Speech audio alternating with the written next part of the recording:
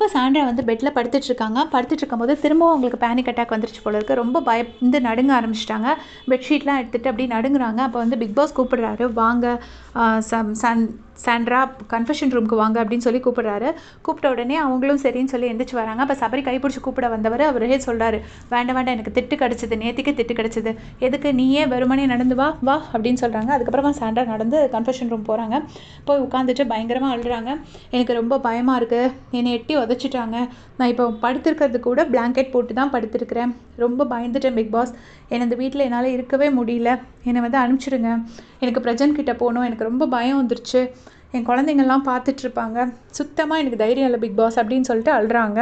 உடனே big pass வந்து நான் புரிஞ்சுக்கிறேன், இவ்வளோ பொறுமையாக அவர் பேசுவார், நிறைய பேருக்கு மோட்டிவேஷன் கொடுப்பாரு, பட் சாண்ட்ராக்கு கொஞ்சம் நல்லாவே பொறுமையாக பேசுகிறாரு. ஏன்னா அவங்க ரொம்ப பயந்து போய் இருக்கிறதுனால இந்த ஹவுஸில் எதுவுமே நடக்காது, நான் இருக்கும்போது எதுவுமே நடக்காது, நான் எங்கேயாச்சும் போயிட்டேன்னா அவங்க கூடயே தானே இருக்கிறேன், துணைக்கு இருந்துகிட்டே தானே இருக்கேன், எல்லாத்தையுமே பார்த்துட்டு தானே இருக்கிறேன், ஸோ நீங்கள் எதுக்கும் பயப்படாதீங்க, இப்போ தான் நீங்களே ஓப்பன் அப் ஆகி கேம் விளையாட ஆரம்பிச்சிருக்கீங்க, ஸோ இப்போவே போகணுன்னு சொன்னால் அது எப்படி, அது வந்து சரி கிடையாது, இப்போவே போகணுன்னு நீங்கள் சொல்லக்கூடாது, நீங்கள் போகலாம், பிரஜன்கிட்ட போகலாம், ஆனால் எப்படின்னா என்னோட சாண்டியா நீங்கள் தலை நிமிர்ந்து போகணும் அப்படின்னு சொல்லிட்டு சொல்கிறாங்க. அப்போ சாண்ட்ரா சொல்கிறாங்க, இல்லை கமருதன்லாம் ரொம்ப மோசம், ரொம்ப நெகட்டிவாக திங்க் பண்ணுவான், அவன் தோத்துட்டான்னு என்னை ஏதாச்சும் பண்ணிடுவானோன்னு எனக்கு ரொம்ப பயமாக இருக்குது அப்படின்னு சொல்லிட்டு சொல்கிறாங்க.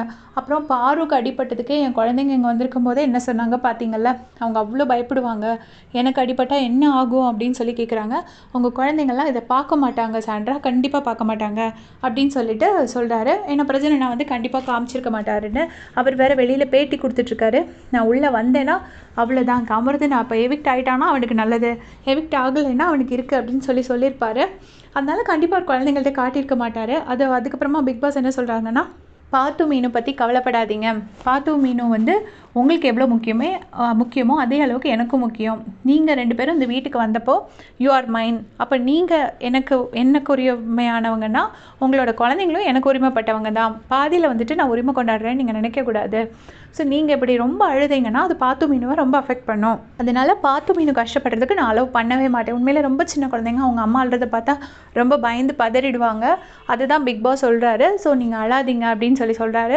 உண்மையிலே சாண்ட்ரா வந்து இவ்வளோ தூரம் பயந்து இருக்கிறாங்கன்னா இவங்க வந்து அவங்களோட நந்தினி வந்து ரொம்ப அப்செட்டாக இருக்கும்போது நந்தினி அனுப்பிச்சாங்க, அது மாதிரி அவங்களோட மென்டல் ஹெல்த்து அவங்களோட வெல்ஃபேர் கன்சிடர் பண்ணி அவங்கள வந்து பிரஜன் கிட்ட அனுப்பிச்சிடுறதோ, இல்லைனா பிரஜன் வந்து அடுத்த வாரம் செலிப்ரேஷன் வீக்குக்கு வந்துட்டு வரனா பிரச்சனை இல்லை, பட் வரலைன்னா அனுப்பிடுறதே பெட்டர் அப்படின்னு நான் நினைக்கிறேன். ஏன்னா அவங்க ரொம்ப பயந்து போய் இருக்கிறாங்க, இவ்வளோ பயந்து இருக்கிறது கொஞ்சம் கஷ்டம்னு நான் நினைக்கிறேன். அதை பற்றி உங்களுடைய கமெண்ட் சொல்லுங்கள். தேங்க்ஸ் ஃபார் வாட்சிங்.